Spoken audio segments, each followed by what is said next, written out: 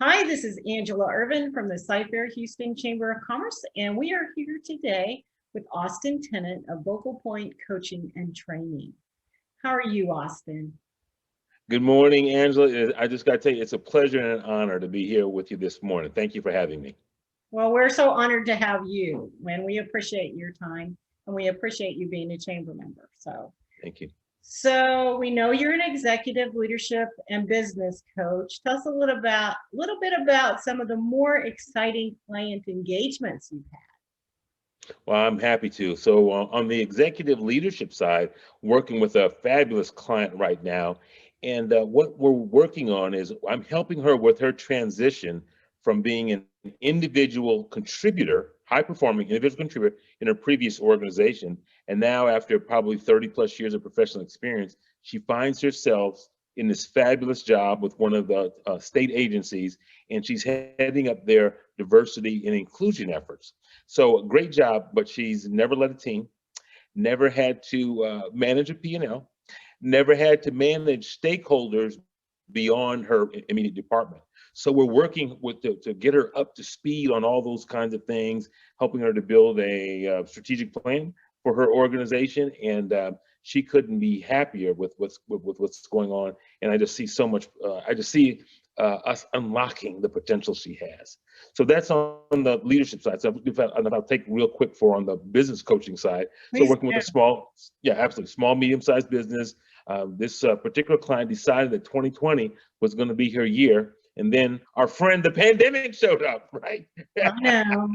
so so we started working kind of right after the pandemic kind of was in full swing, and so very similar. Help with kind of a really brief strategic plan, and so the last couple of months we've been working together, working on execution elements. So she's hired a couple of people. Uh, she's brought on some new clients, and so everything is going in the right direction. So helping her with that. So it's just been, I wish I didn't have to charge people for this because I just love the work so much. Well, it's great because you love what you do. So it's not a job, it's Absolutely, just a calling. And that's really I cool. would agree with that. I wish I found it years ago. Well, don't you think everything you do leads up to where you are now? So it's all a a I, progression.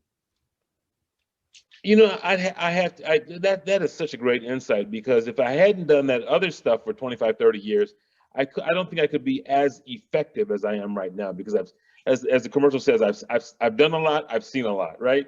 Yeah. No, that's cool. So what would be one thing most chambers would want to know about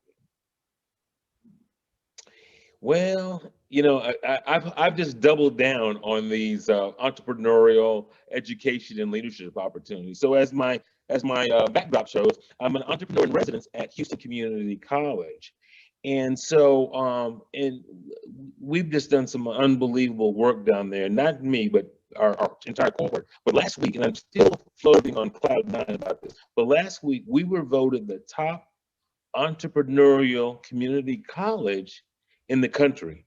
And this is over a base of about 400 or 500 community colleges. So really, really proud to be a part of that institution and all the things that we're doing. you? That's amazing. Congratulations. That is so Thank you cool. very much. Appreciate that. It was total team effort. Yeah. So you're a member of the committee for the Silver Fox Advisors. Tell us a little bit about that. Okay, I'm happy to. So Silver Fox Advisors, just really quickly, it started about 35, 40 years ago by some of the top entrepreneurs in Houston.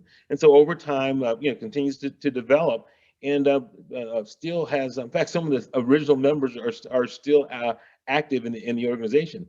But our focus is we have a couple of signature programs. One of the programs is we read all of the applications for the Better Business Bureau Pinnacle Awards. So we're getting ready to start that cycle here in what November 1. I think they push out the applications. So come late winter, early spring, we'll start reading the applications, and we grade them, we score them, and then it's just been a wonderful partnership. Then our other signature program, which I'm happy, proud to participate in, is we run about 21, 22 CEO roundtables around the city. And so what we do is think of a mastermind group. We come together once a month. For some of us, we've been meeting more frequently because of the pandemic, but we just provide CEOs of various size companies just the opportunity to think out loud, bounce ideas, concepts, insight against their peers, and then we also serve as a sort of a shoulder to cry on,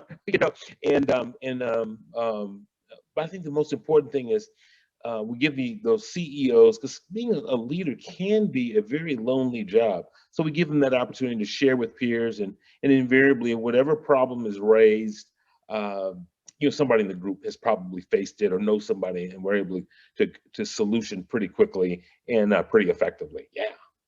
Cool. That is so cool. I didn't know they did everything. Didn't know they did the judging for the. Yeah, it's a great organization. That's very cool. So do you want to talk a little bit more about your role with the EIR with HCC? Okay, good. Happy to. As an entrepreneur in residence, so I support. There's 4 of us, and I support the HCC Northeast campus. So we've got some signature programs as well, and this is what earned us the award. But there's a couple things that I do. So I help with creating curriculums for entrepreneurs and delivering them. So right now we're right in the middle of what we call a small business success series.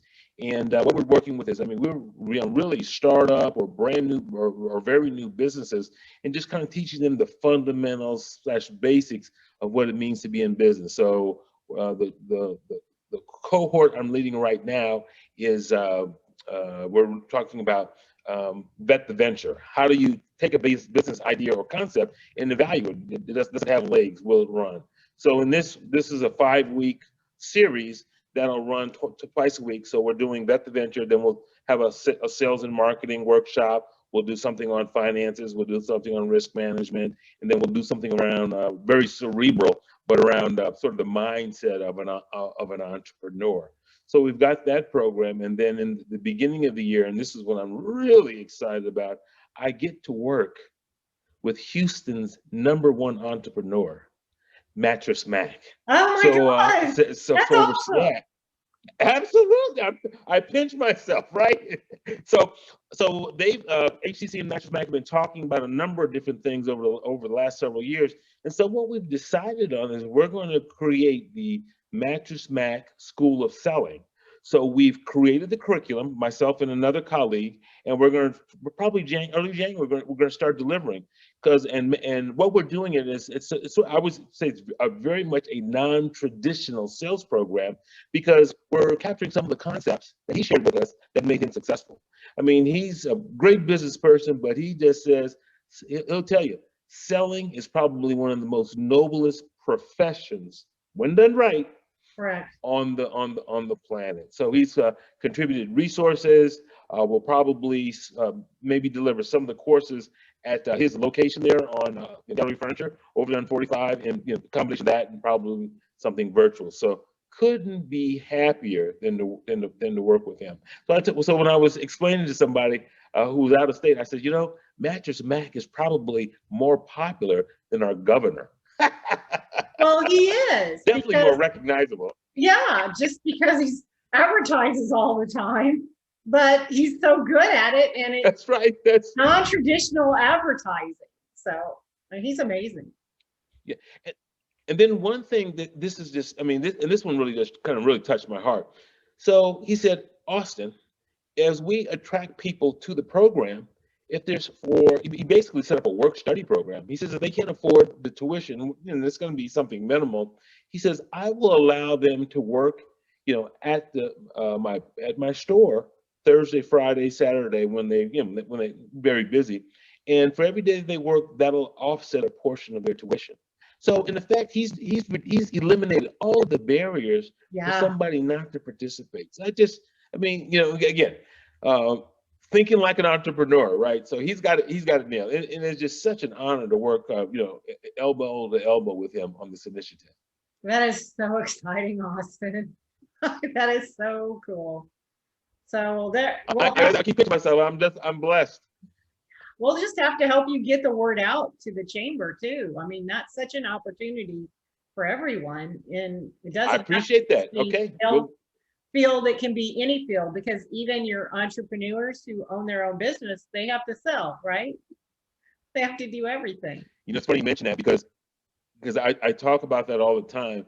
That is probably the biggest fear and number one obstacle to entrepreneurial success is the ability to be passionate about your product and sort of to relate that passion to your chosen audience. And I teach the marketing and sales module of the various programs that we have at HCC, and it's just consistent because there's nothing wrong with digital marketing, but at some point in time, for 95% of us who are in business, we got to have a conversation with somebody. We got to follow up with them. There's some things, interpersonal things that we just have to do with them. And so I'm just honored that I'm able to kind of share and teach and educate and challenge people to get better with that skill set. Yeah. That's awesome. Yes, everybody does need to be challenged to get better, right? Absolutely. Absolutely. So tell us about your involvement with our chamber. I wanted to thank you. You've helped us start podcasts, so we appreciate your involvement there and many other things. But tell us a little bit about your involvement in the chamber and what it's meant to you. Yeah, the involvement in chamber is just it's one of those, and as you know, we sort of danced around with one another for a period of time. But then when I gave up and said commit, I said I'm in. It's just been an unbelievable experience. I mean, obviously you can tell I'm not that shy in front of an audience or in front of a camera. So I think my biggest commitment or asset I've been able to deliver is helping the committees with delivering workshops on a variety of topics. I mean, as you might imagine, I come across a lot of things, that I either do in my practice or do with HCC. They're relevant to the business owners that are in the chamber. So that, and then participating in some of the networking events. And what the beauty of my chamber involvement is, it gets me exposed to other parts of the sci-fair community that I probably would not have been exposed to had it not been for the chamber. So I'm running into chamber members at a couple of the other networking events that I attend.